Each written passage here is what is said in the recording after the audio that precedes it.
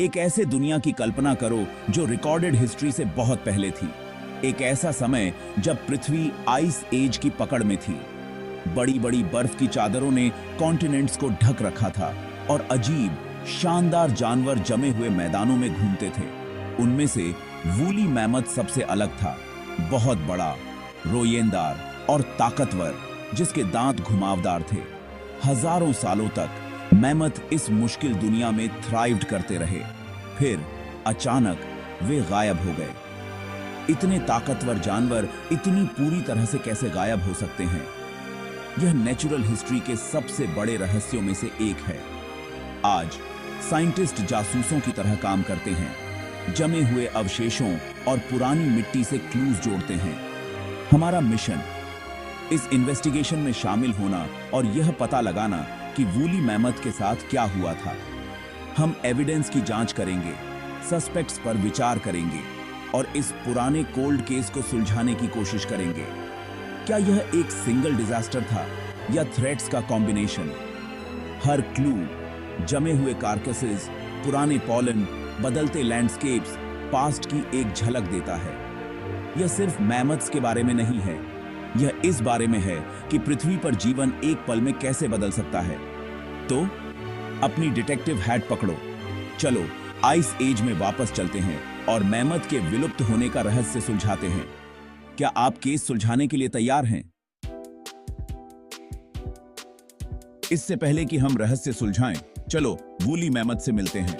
एक एलिफेंट की कल्पना करो, लेकिन बड़ा, शैगियर और ठंड के लिए बना हुआ। मैमथ एक घर जितने लंबे होते थे और एक स्कूल बस से ज्यादा वजनी होते थे। उनकी मोटी डबल लेयर्ड फर और छोटे कान उन्हें जमा देने वाली हवाओं में गर्म रखते थे। उनके आइकॉनिक घुमावदार दांत कभी-कभी एक कार से भी लंबे सर्वाइवल के लिए टूल्स थे। शिकारियों से लड़ना, बर्फ में खोदना और अपनी दुनिया को आकार देना। मैमथ प्लांट ईटर्स थे, रोज सैकड़ों पाउंड घास और झाड़ियां खाते थे। वे विशाल ठंडे घास के मैदानों में घूमते थे, जिन्हें मैमथ स्टेपी कहा जाता था। झुंडों में यात्रा करते थे, जिनकी अगुवाई बुद्धिमान मेट्रियार्क्स करती थीं। ये झुंड बच्चों की रक्षा करते थे और इकोसिस्टम को बनाए रखते थे। आइस एज के विशाल माली के रूप में काम करते थे। घास को रौंदकर और मिट्टी को डिस्टर्ब करके मैमथ ने अनगिनत अन्य प्रजातियों के लिए लैंडस्केप को आकार दिया। 100,000 से अधिक सालों तक वे थ्राइविंग रहे, अपनी दुनिया के लिए पूरी तरह से अडेप्टेड थे, जो उनके अचानक गायब होने को और भी पजलिंग बनाता है। एक इतना सफल प्राणी इतिहास में अपनी जगह कैसे खो गया? चलो क्लूज ढूंढते हैं। हर डिटेक्टिव को एविडेंस की जरूरत होती है और आइस एज ने इसे रिमार्केबल तरीकों से प्रिजर्व किया है। साइबेरिया के परमाफ्रॉस्ट में साइंटिस्ट्स ने पूरे मैमथ पाए हैं।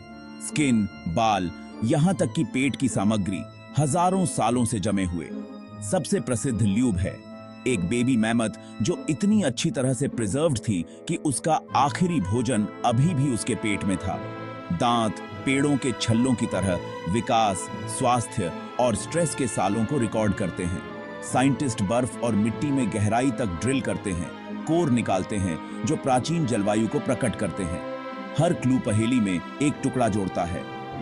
तो ये क्लूज मैमथ के भाग्य के बारे में हमें क्या बताते हैं? हमारा पहला सस्पेक्ट क्लाइमेट चेंज है। लगभग 15,000 साल पहले आइस एज पिघलना शुरू हुआ।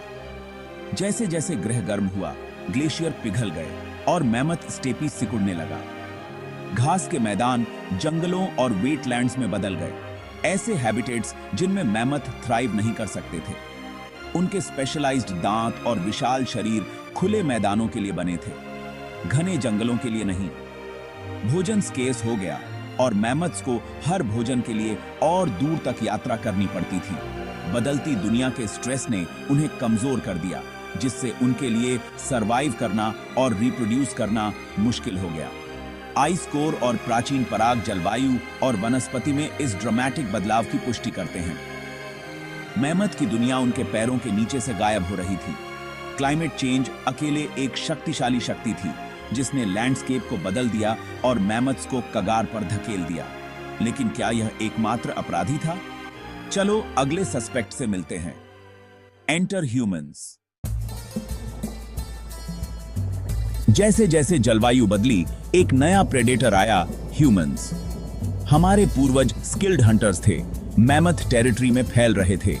शुरुआती ह्यूमंस के लिए एक मैमथ एक ट्रेजर ट्रोव था, भोजन, कपड़े, आश्रय और उपकरण। आर्कियोलॉजिस्ट्स ने मैमथ की हड्डियां काटी हुई निशानों और स्पीयर पॉइंट्स के साथ पाई हैं, जो हंटिंग का स्पष्ट एविडेंस है। मैमथ की हड्डियां और दांत आश्रय बनाने और उपकरण बनाने के लिए इस्तेमाल किए जाते थे। ओवरकिल हाइपोथेसिस बताती है कि सीमित हंटिंग भी पहले से ही स्ट्रगलिंग पॉपुलेशंस को कगार पर धकेल सकती थी। जैसे जैसे मैमथ्स को सिकुड़ते हैबिटेट्स का सामना करना पड़ा, ह्यूमन हंटिंग ने फेटल प्रेशर डाला। क्या ह्यूमंस ने आखिरी वॉर किया? बहस जारी है, लेकिन एक बात स्पष्ट है, हमारे पूर्वजों ने मैमथ की कहानी में एक भूमिका निभाई। लेकिन विचार करने के लिए एक और सस्पेक्ट है। क्या बीमारी छिपा हुआ किलर हो सकती थी? अपाती हो बताती है।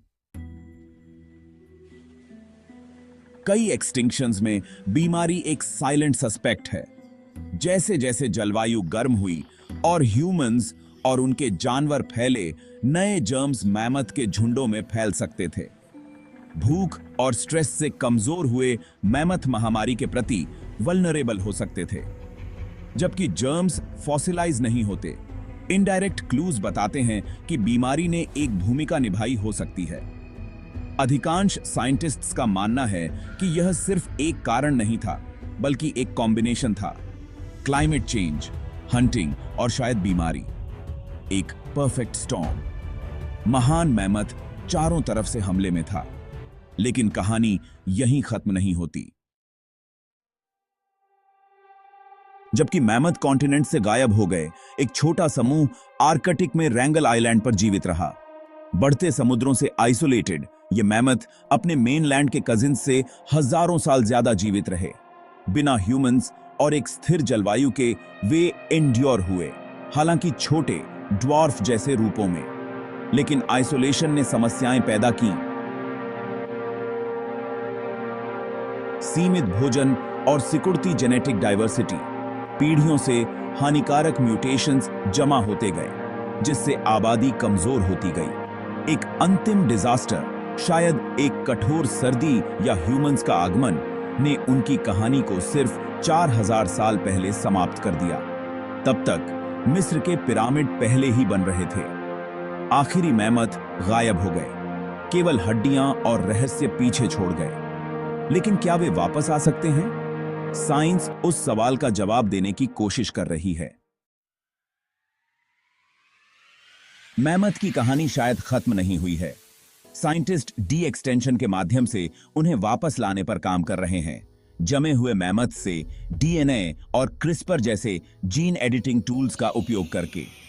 योजना: ठंडे अनुकूलन के लिए मैमथ जीन्स के साथ एशियाई हाथी डीएनए को एडिट करके एक हाइब्रिड मैमोफेंट बनाना। ऐसा क्यों करें? कुछ लोगों को उम्मीद है कि मैमथ जैसे जानवरों को फिर से पेश करने से आर्कटिक घास के मैदानों को बहाल किया जा सकता है और पर्माफ्रॉस्ट को जमाकर क्लाइमेट चेंज को धीमा करने में मदद मिल सकती है। ये नए दिग्गज इकोसिस्टम इंजीनियर्स के रूप में काम कर सकते हैं, ठीक अपने पूर्वजों की तरह। यह एक बोल्ड आइडिया है, कुछ साइंस, कुछ होप, लेकिन यह बड़े सवाल खड़े करता है। क्या हमें विलुप्त प्रजातियों को वापस लाना चाहिए? क्या हम वास्तव में खोई हुई दुनिया को बहाल कर सकते हैं? बहस अभी शुरू हो रही है। डी एक्सटेंशन रोमांचक है, लेकिन यह कठिन सवालों के साथ आता है।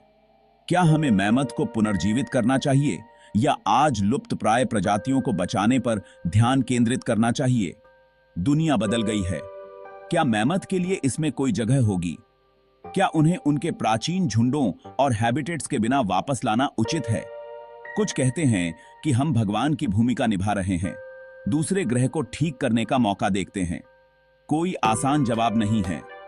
मैमथ की कहानी हमें याद दिलाती है कि जीवन कितना नाजुक है और हमारे चुनाव कितने शक्तिशाली हो सकते हैं। आप क्या सोचते हैं? क्या हमें इतिहास को फिर से लिखना चाहिए या भविष्य की रक्षा करनी चाहिए।